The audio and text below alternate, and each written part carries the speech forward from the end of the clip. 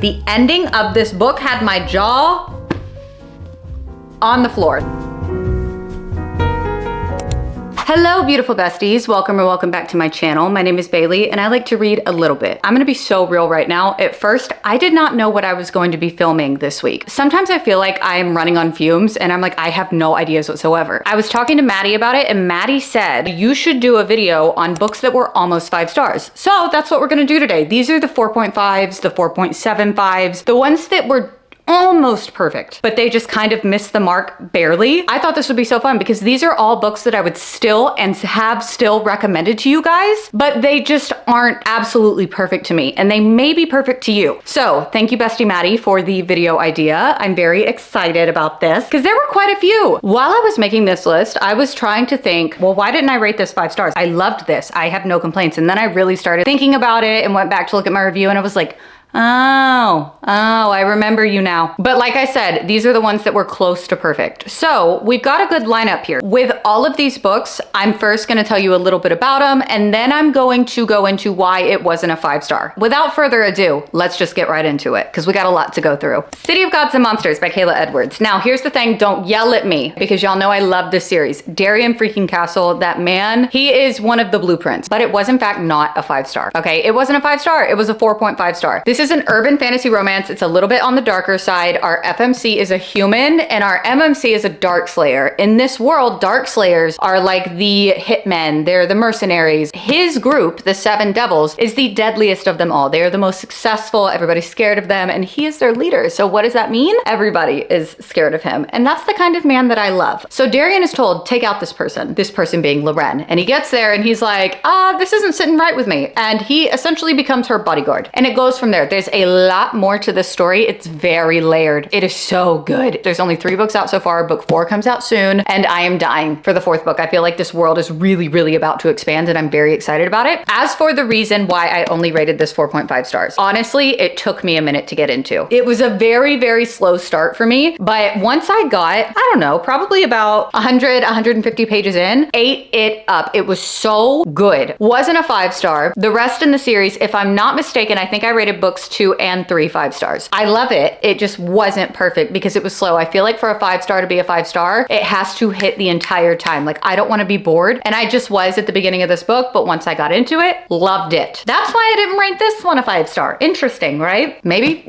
We've got one out of the way. Let's move on to book number 2. I am talking about 7 Days in June by Tia Williams. This was a more recent read of mine. This is a romance book. It is very, very good. Literally the first chapter in this book. It starts off with, in the year of our Lord 2019, 32-year-old Eva Mercy nearly choked to death on a piece of gum. She'd been attempting to pleasure herself when the gum lodged in her throat, cutting off her air supply. I mean, honestly, from that moment on, it did have me hooked. This one follows a single mom who is an author and she's like struggling to find inspiration. Well, she ends up running into an old flame, a connection that she had in the past. They had spent a week together whenever they were teenagers and going through a whole bunch of dark stuff, and she had never heard from him again. Come to find out, they had been writing about each other in their books ever since. Both of them, because he's an author too. I loved this book, right? Why was it a 4.5 star, you ask? I needed more from the ending. Sometimes I'm okay with a little bit more of a rushed ending if it feels like it's supposed to be like that, but I really just wanted a little bit more of their story. It didn't feel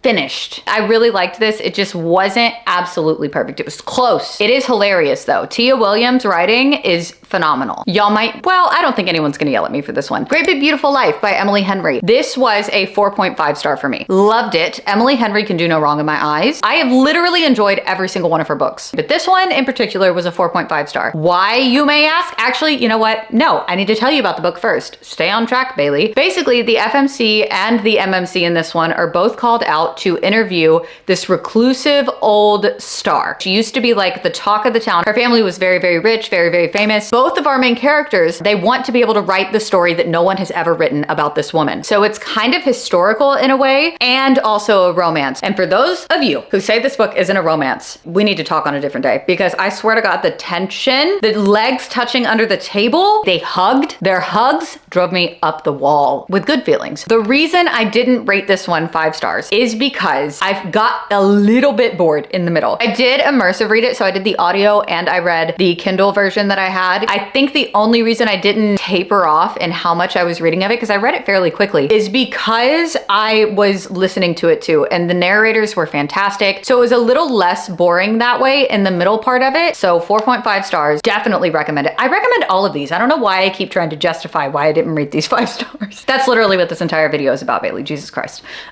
You guys don't yell at me. And I only read the first book in this series. Blood and Steel by Helen Schwerer. I remember I read this on family vacation last year and I was in it. I rated this 4.5 stars. And this one, our FMC really wants to be a soldier, if I can remember correctly. It's like a soldier, like a warrior. And the women are not allowed to do that, but she ends up getting allowed in. She's the only woman who is in training to become a warrior. There's a lot more to it than that, but that's the basis. I do remember the exact reason why this wasn't a 5-star for me. I remember the exact reason because I got so mad because it had the potential. And then I was like, oh no. I felt like the MMC, he switched up so quick. At first it was tension and he was so growly and mean and broody and I was eating it up. I love a mean, like slightly mean man. Like he still has to be respectful, right? But all of a sudden, I don't even remember what part it was at, but it felt so random that he was just like immediately, I love her. And I was like, no, you don't. What's happening? The storyline was great. I really liked him up until that point and it was closer to the end. That is why this was not a 5-star for me. Y'all yell at me to finish this series because I've only read book 1. I feel like at this point I would have to reread it though. This one was so close. The Graceier by Kim Liggett. This was a 4.75 star. It's a dystopian thriller. And in this book, the females in this county, when they turn 16, it's called the Graceier and they get sent out into the woods to this camp with guards and try not to get killed on the way by like the people who want to kill the girls, and they have to release their magic into the wild because the men have brainwashed them and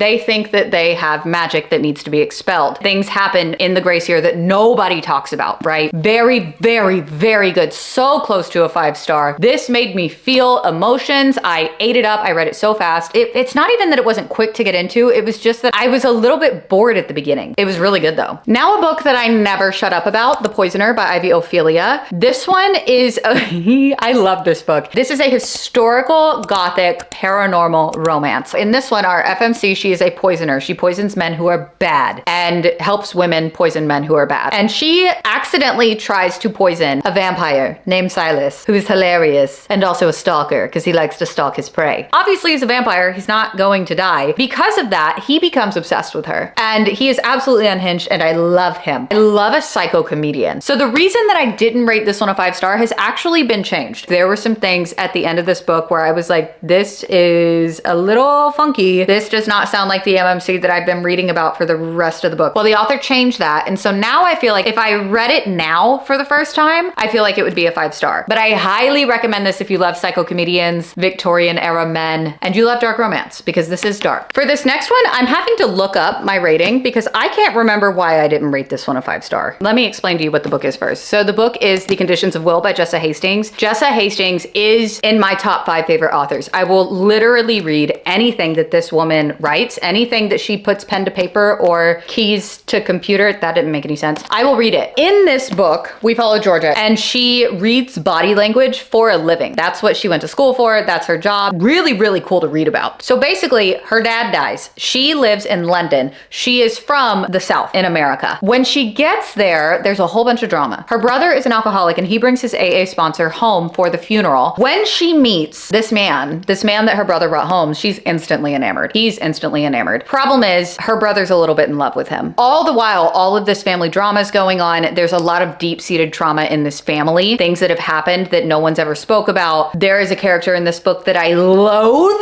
with my entire being. This is their healing journey, learning more and more about the family, figuring things out. It's a Jessa Hastings book, so it's gonna be deep and it's gonna be beautifully written. I loved this. I related a lot to some of the things in this book because it is in the South. The reason this was a 4.5 star and not a 5-star for me is because the love between the two main characters was very insta-lovey. Now, did I hate it? No. I did not hate that it was insta-lovey. It just kind of, I don't know if it's that believable believable, but it was still beautiful. So where it may not have been perfect for me, it might be perfect for you. I love Jessa. So this was so close. Now let's talk about Funny Story by Emily Henry. I know it's crazy that this one wasn't a 5-star for me. If you haven't read Funny Story yet, you should. It's hilarious. It's actually a very funny story. How many people have actually said that? Probably a lot. In this one, our FMC is engaged and she gets cheated on by her fiance, but he cheats on her with his best girlfriend. And our FMC gets kicked out of her fiance's house, of course, because he's a piece of shit. She ends up moving in with the ex-boyfriend of the girl that her fiance cheated on her with. Both of them got cheated on and now they're having to move in together because she doesn't have any other options. Tension. I mean, it's literally giving tension just from that. It just didn't have as much emotional depth as I wanted. I did, however, picture Dylan O'Brien as the MMC the entire time in this book and loved that. Another spooky gothic wreck, Fantasma by Kaylee Smith. This was a 4.5 star for me. I have yapped about this so much you would think I rated it a 5-star. I actually didn't. And I love it. I love it. It was almost perfect for me. This one follows Ophelia, and Ophelia is a necromancer. Her mother has just passed away and her sister and her are struggling to pay bills, where her sister decides, you know what? I'm going to go join Fantasma, which is like a traveling haunted house that a devil runs, and you don't know if you're gonna make it out alive. There's all these levels to it and everything, and people die. So she, Ophelia, is like, oh shit, my sister snuck in there without me knowing, so now I have to follow her in and try to stay alive too and try to save her. When she gets in there, she meets a phantom, a ghost that can't remember anything, and they make an agreement, a mutual agreement that they're going to help each other for the time being. So whimsical, so unique. I haven't read Caraval, but people are saying it's like a spooky gothic, spicy version of Caraval. It is spicy. That is one of the reasons that I rated it 4.5 stars. I felt like the spice overshadowed a bit of the story. It was very good spice. I also felt like the ending was a little bit rushed. Like I said before, in some cases that's fine, but in this case I wanted more. But I love the characters in this book. I love the premise of it. I love this world. I also loved Enchantra a little bit less than I loved Fantasma, but I still loved it. And you should read it. If you are into spooky gothic, trials, that kind of thing, you should read it. Let's talk about it. Let's talk about it. The Night and the Moth by Rachel Gillig. I love Rachel Gillig. Rachel Gillig is everything. Okay, the Shepherd King duology, 2 of my favorite books ever. I love them. I think she's a phenomenal writer. I think she writes very atmospherically. You feel transported in her books. This book follows Sybil, and Sybil is a diviner. She can tell the future. Her and 6 other diviners. And whenever the new king decides he wants his future told, she gets chosen to divine for the king. And whenever these girls divine, they go into this magical pool of water and they drown and they see all of the things that they need to see, and then they come back to life, right? Because the pool is magical. Every 10 years, the diviners get to leave. The girls are like, oh my God, what are we gonna do after this? We need to figure it out. And the knights that come with the boy king, they decide they're gonna take the girls out for a night on the town. Shit starts hitting the fan. And one of the knights, Sybil has caught his eye and she's like, you're gonna help me. This one was weird because it was more of a 4.5 star feeling instead of a 5-star feeling. Like it barely missed the mark and I can't exactly pinpoint why. And I've been sitting on it for a while and I just don't know. I don't know if it felt rushed. That very much could be it. I mean, it was very straightforward and I loved it, but I think that's what it was. I think that it felt rushed. Thank you guys for helping me figure that out because I've been wondering for a while. I was like, why does this not feel like a 5-star? I think that's it. There's just a whole bunch of spooky gothic books being recommended today because next up is Grave Matter by Karina Halley. This is a 4.5 star book for me. The ending of this book had my jaw